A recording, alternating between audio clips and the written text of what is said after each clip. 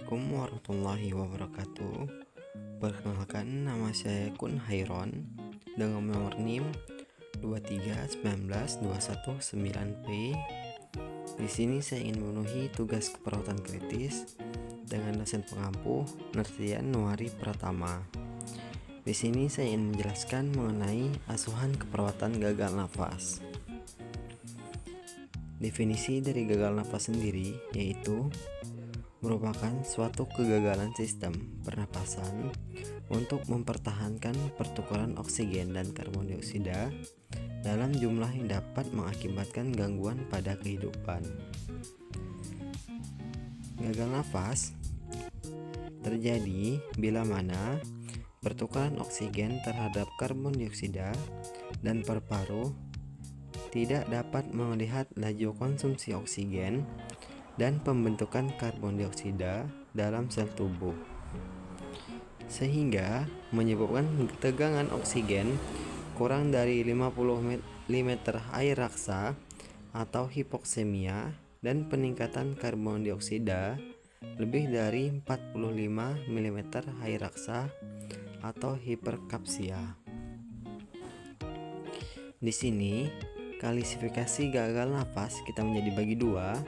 Yang pertama, gagal nafas akut adalah gagalan nafas yang timbul pada pasien yang paru normalnya secara struktur maupun fungsional belum terdapat penyakit yang timbul. Sedangkan gagal nafas kronik yang terjadi pada pasien dengan penyakit paru kronik seperti bronkitis kronik, emfisema, dan penyakit paru hitam atau penyakit penambang batu bara. Bisa kita lihat di sini, gagal nafas kita bagi menjadi dua tipe. Yang pertama, tipe 1 atau hipoksemia. Hipoksemia terjadi dengan kriteria PaO2 kurang dari 60 mm air raksa dengan PaCO2 normal atau rendah, sehingga menyebabkan penyakit paru akut secara umum meliputi pengisi cairan atau kolap unit alveolar. Sedangkan gagal napas hiperkapnia tipe 2 sering terjadi jika pada pasien drug overdose, non-muscular disease, cerebral malpractice, and severe airway disorder. Di sini, etiologi dari gagal nafas dibagi menjadi tiga. Yang pertama, depresi sistem saraf pusat. Yang kedua, kelainan usaha nafas. Dan ketiga, gangguan pada paru-paru.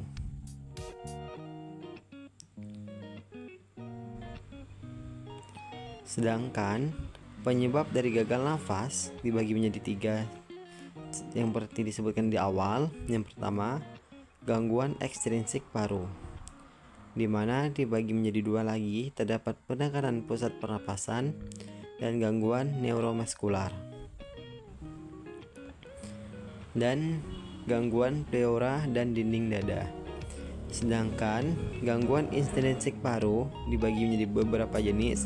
Yang pertama, gangguan obstruktif difus seperti emfisema bronkitis kronik, asma, fibrosis kalisistik, serta gangguan karakteristik paru dengan fibrosis interselitis karena berbagai sebab seperti sarkoidosis, edema paru, ateleksis, dan pneuma konsolidasi, dan gangguan pembuluh darah paru seperti emboli paru dan emfisema berat.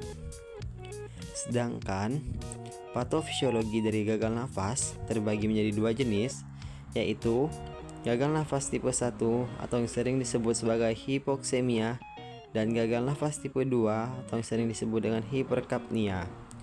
Kedua tipe gagal nafas ini akan menyebabkan kegagalan pertukaran oksigen dalam darah sehingga tubuh kekurangan oksigen.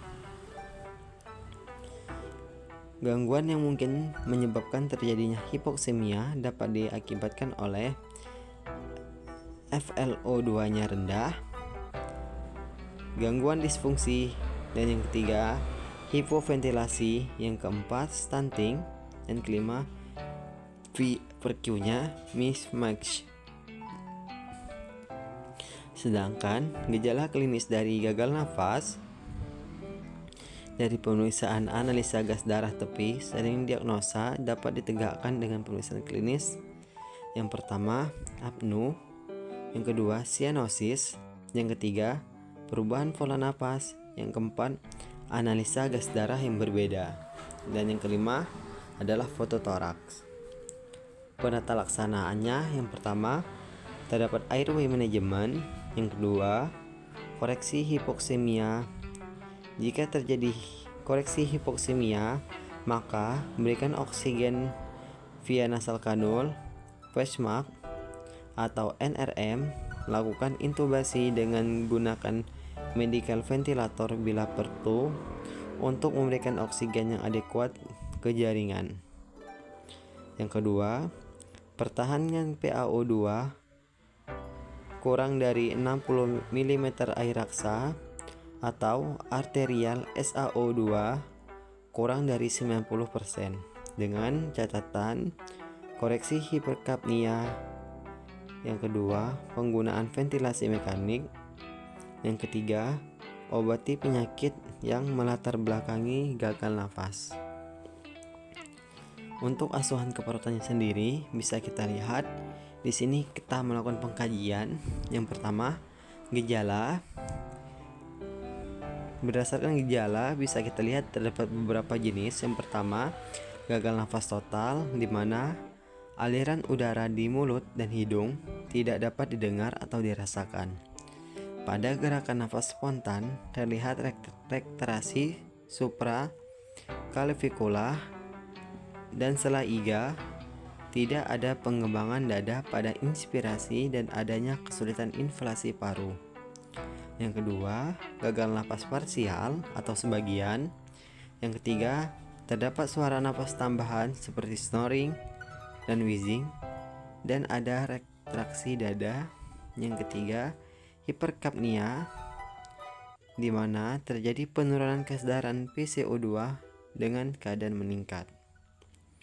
Dan hipoksemia yaitu kekurangan energi atau kelelahan yang ditandai dengan insomnia dan kehilangan selera makan menyebabkan mual. Untuk pathway-nya sendiri atau perjalanan penyakitnya,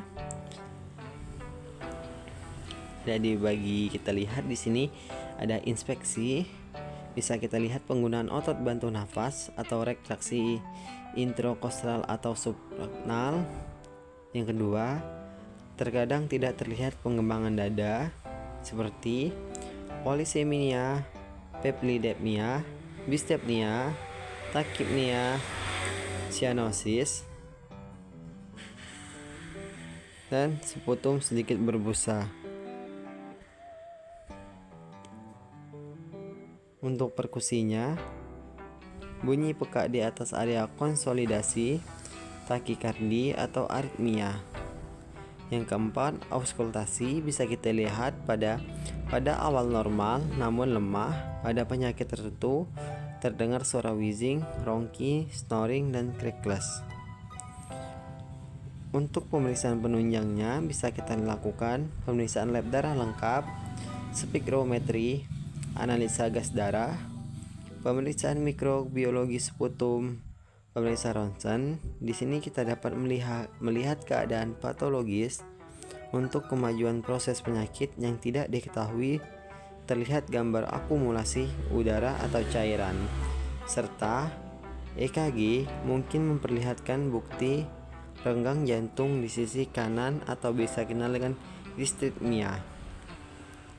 Untuk diagnosanya bisa kita angkat beberapa diagnosa. Yang pertama, kebersihan jalan nafas tidak efektif berhubungan dengan meningkatnya produksi mukus. Yang kedua, gangguan pertukaran gas berhubungan dengan ventilator, mismatch, dan inflammatory shock.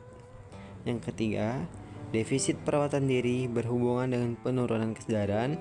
Dan yang keempat, gangguan komunikasi verbal berhubungan dengan pemasangan ETT.